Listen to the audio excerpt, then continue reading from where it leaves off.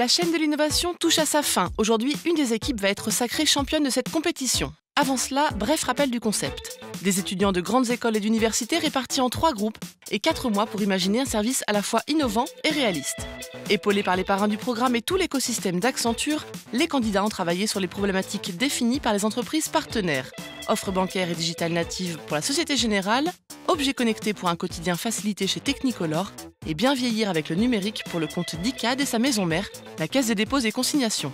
C'est parti pour l'épreuve finale.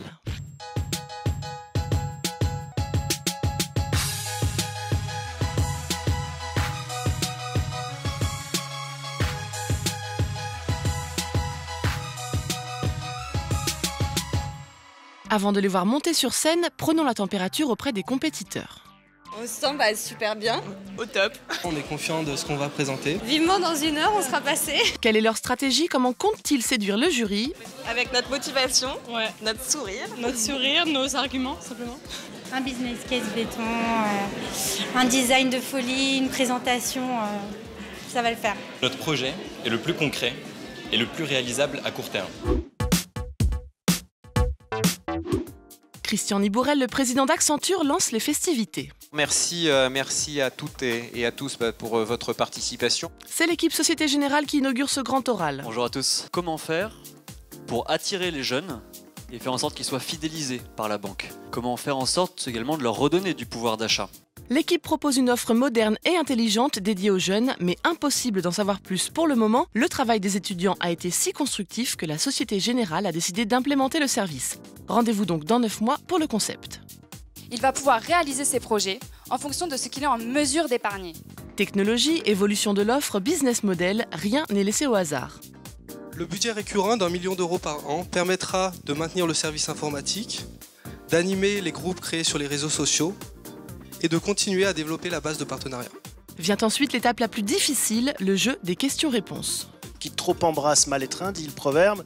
Est-ce que vous n'allez pas dans trop de directions? Alors non, parce que l'objectif c'est bien de fidéliser le jeune, donc de lui apporter un panel de solutions qui pourront toutes les intéresser autant les unes que les autres. Certaines sont faciles, d'autres beaucoup plus épineuses. Ça a l'air tellement facile qu'on se dit mais en 6 mois ça va être copié par toute l'industrie. Qu'est-ce qui, de votre point de vue, risque dans l'exécution de faire capoter le projet?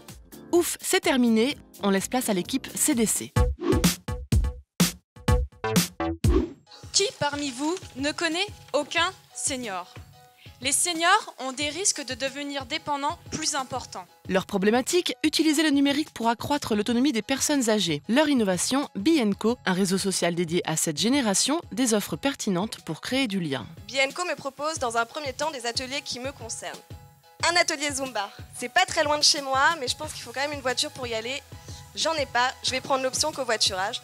Ça me permettra de rencontrer les binotes. Une plateforme collaborative et intuitive qui fonctionne grâce à une monnaie d'échange, les B-Points. Créer une monnaie virtuelle, ça permet de créer un environnement ludique. Stratégie de déploiement, ancrage dans la problématique du client et retour sur investissement sont laissés à l'appréciation des jurés.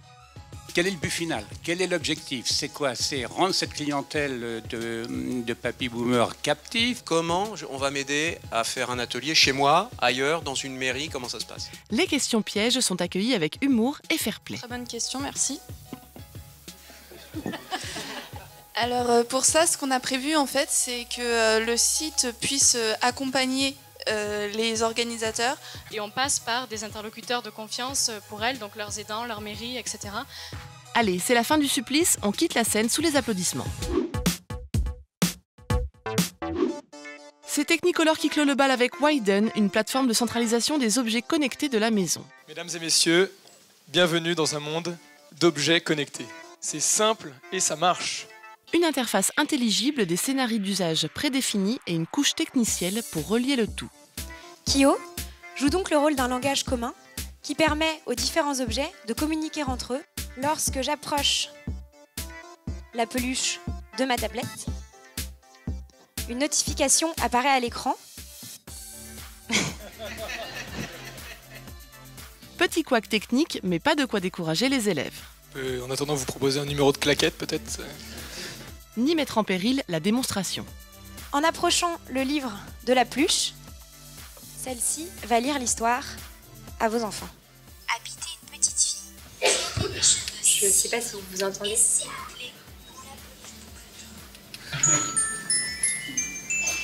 Comme toujours, il faut dissiper les incompréhensions du public. Réalisme de marché, concurrence et viabilité commerciale du concept sont mises à l'épreuve. Widen, c'est quoi? C'est un langage que vous avez développé en vous appuyant sur des choses qui existent. Qu'est-ce que vous vendez? Nous, ce qu'on vend, c'est une intelligence qui repose sur le langage Keo, qui va permettre d'organiser tout cet univers et de fédérer tous ces acteurs autour d'une norme commune. Tout comme leurs concurrents, ils relèvent le défi avec brio. C'est l'heure des délibérations à huis clos et le choix se révèle ardu. Je trouve ça impressionnant. L'usage, ils l'ont très bien démontré. On est là pour défendre un projet. Mais là-dedans... En attendant le vote, les étudiants peuvent souffler un peu. Voyons si l'exercice a effrité leur confiance. Déjà soulagé, parce qu'on a bien présenté notre truc. On n'a rien à se reprocher, on a tout donné. Tout s'est passé comme il fallait et même face aux questions, on n'a pas perdu notre pêche. Parfois des questions pièges aussi, mais bon, ils n'arrivent pas à nous piéger, ça passe pas. Qu'en est-il des entreprises partenaires? Je pense que l'équipe a fait un beau travail. Leur façon de maîtriser le sujet et leurs prestations ce soir, j'ai scotché. On a vraiment un groupe d'étudiants qui s'est investi, qui s'est pris dans le sujet, qui a voulu vraiment surpasser les limites. Ils ont su, et c'est la grande force je trouve de cette expérience, se positionner non pas comme un client et comme un utilisateur, mais véritablement comme un chef de projet. Ça donne envie d'ailleurs d'en recruter. Pour le jury, le programme s'inscrit aussi dans une philosophie d'avenir et confirme le bien fondé de la démarche. Ces concours participent à l'acculturation de l'ensemble de la société, à l'innovation.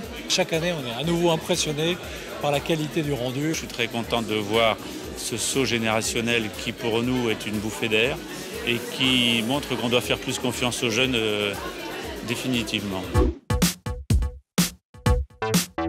Assez patienté, il faut maintenant dévoiler le vainqueur. Le numéro 1, qui vient de me rejoindre. C'est le projet de la Société Générale qui a remporté l'adhésion du jury.